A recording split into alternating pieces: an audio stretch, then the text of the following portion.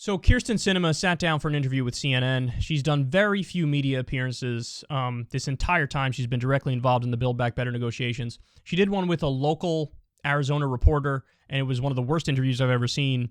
I covered that and ripped it to shreds. You should check out that video. Well, now CNN comes in, and they do no better. So she's going to massively contradict herself within a time span of like a minute here, and she's going to get tangled in a web of her own lies. One of the ways that you negotiate in talking with your colleagues is that you're pretty forthcoming about where you stand on something. We talked about the corporate tax rate. Why do you think it is that your leadership sometimes overpromises? Do you think that that's a problem for voters and for the Democratic Party? I can only speak for myself. But what I can say is this. I would never promise something to the American people that I can't deliver. And I think it's not responsible for elected leaders to do that.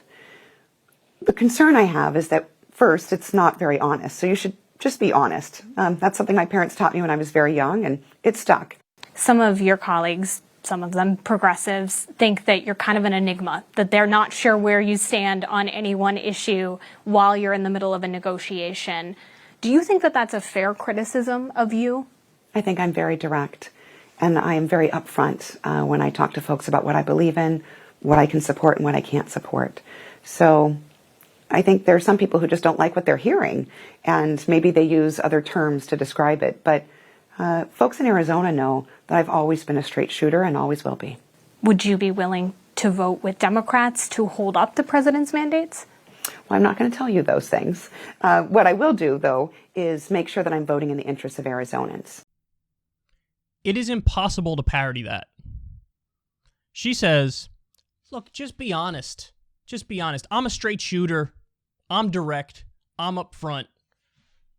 Then the host goes, do you support President Biden's mandates? Talking about the vaccine mandate or test approach. And she says, I'm not going to tell you that. You just said you are honest, direct, upfront, and a straight shooter. And then when you're asked a direct question, you say, I'm not going to answer that. There's nothing honest, straight shooting, direct, or upfront about dodging a very basic question about where you stand on a very basic policy. What do you think your job is, Kysten Sinema? What do you think it is? Your job is to talk politics and policy and vote on policy to improve the lives of the American people, your constituents, and Arizonans, your constituents. They have every right to know where you stand on a policy issue. In fact, that's your only job.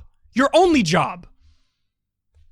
What a sick joke. I'm very honest. I'm a straight shooter. I'm direct. I'm upfront. And I will not answer your policy questions, even though I'm a politician and my whole job is policy. What a joke, man. What a joke. And then the host is no better. So there's no pushback throughout the whole thing. She asked the question, do you think it's a problem that Democrats overpromise? Is it a problem that Democrats overpromise?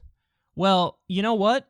They wouldn't be overpromises if it wasn't for Kysten Sinema and Joe Manchin and a gaggle of corrupt corporate idiot Democrats in the House. They wouldn't be overpromises. They would just be the Democrats delivering on policies that poll at over 60%. So the only reason it's an overpromise is because of Kysten Sinema. Why don't you ask that question? Hey, I have a list of policies here that all poll over 60%. They were all very popular in that $3.5 trillion reconciliation bill. Why are you standing in the way of these things?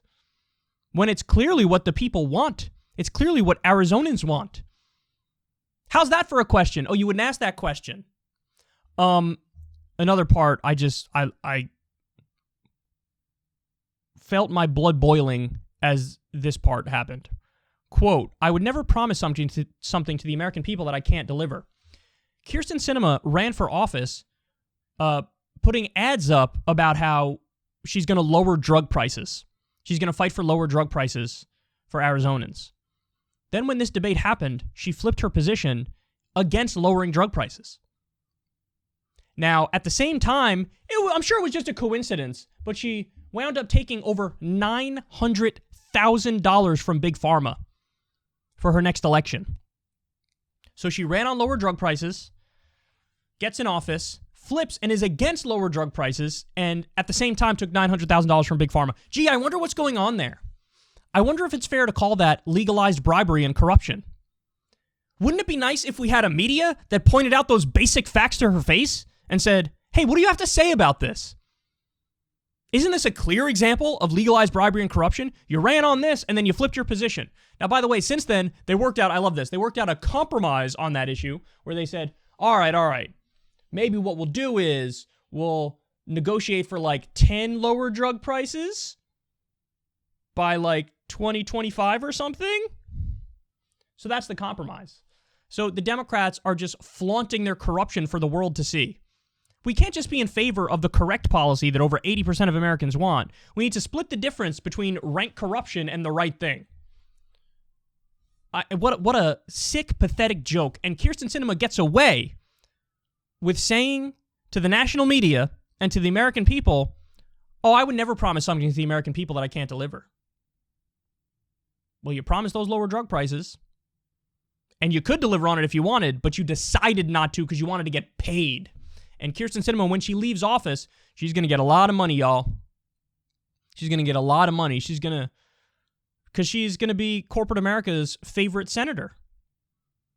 While portraying herself as this maverick, she actually is the quintessential example of a corrupt American politician upholding the system.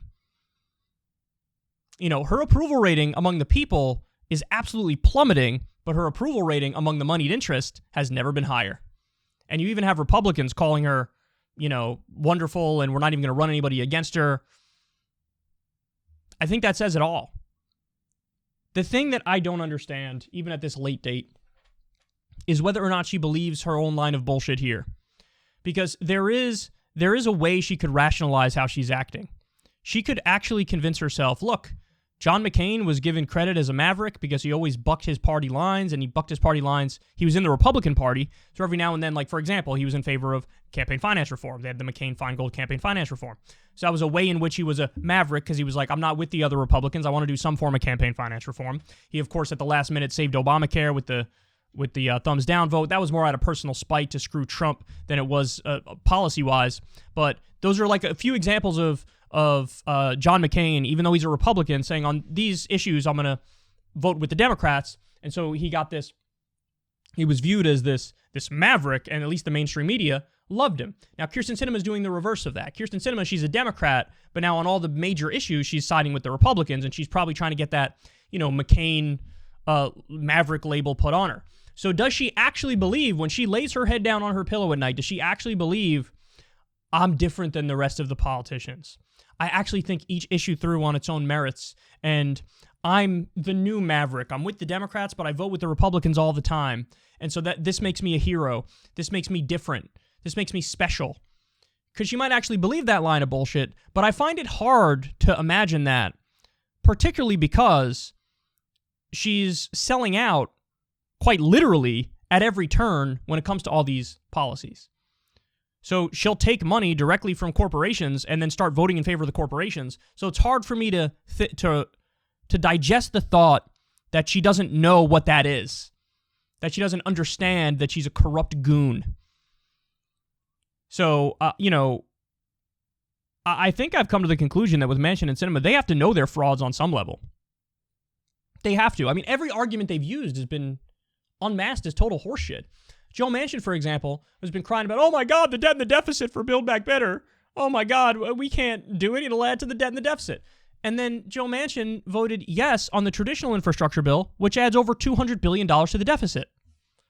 So you can't say the deficit is my main gripe with Build Back Better, but also the bill I'm going to vote for, the traditional infrastructure bill, adds to the deficit, but I don't care, because that doesn't make any sense. That proves that that's not actually your objection. And by the way, I hate to say I told you so, but what did I warn you guys? I told you the potential options after the left caved and delinked the bills and said, okay, we'll vote on the traditional infrastructure bill and, you know, we'll handle Build Back Better. We'll trust Biden will get the votes for Build Back Better on his own. How'd that work out? What did I tell you guys? The options are they're going to make the bill worse. They're going to make the bill worse and then pass an even more watered down version of it. That's possible. Or Kysten Sinema and Joe Manchin are going to go, I'm actually not in favor of any bill. And so go screw yourself. And that seems like we're in permanent limbo right now, doesn't it? So either they're going to get an even worse bill and then try to get that through, or they're just going to, Kysten Sinema and Joe Manchin are just going to walk away from the table and be like, okay, we got what we wanted, the traditional infrastructure bill, we're done. So there you have it. Good job, Democrats. Good job, Jayapal. Good job, Ro Khanna. How do you feel? Do you feel like losers and suckers? Because you should, because that's what you are. Hey, y'all, do me a favor and like and subscribe. It helps out big time in the algorithm. Click the bell as well for notifications when videos drop, and watch that video on screen right now. You know you want to.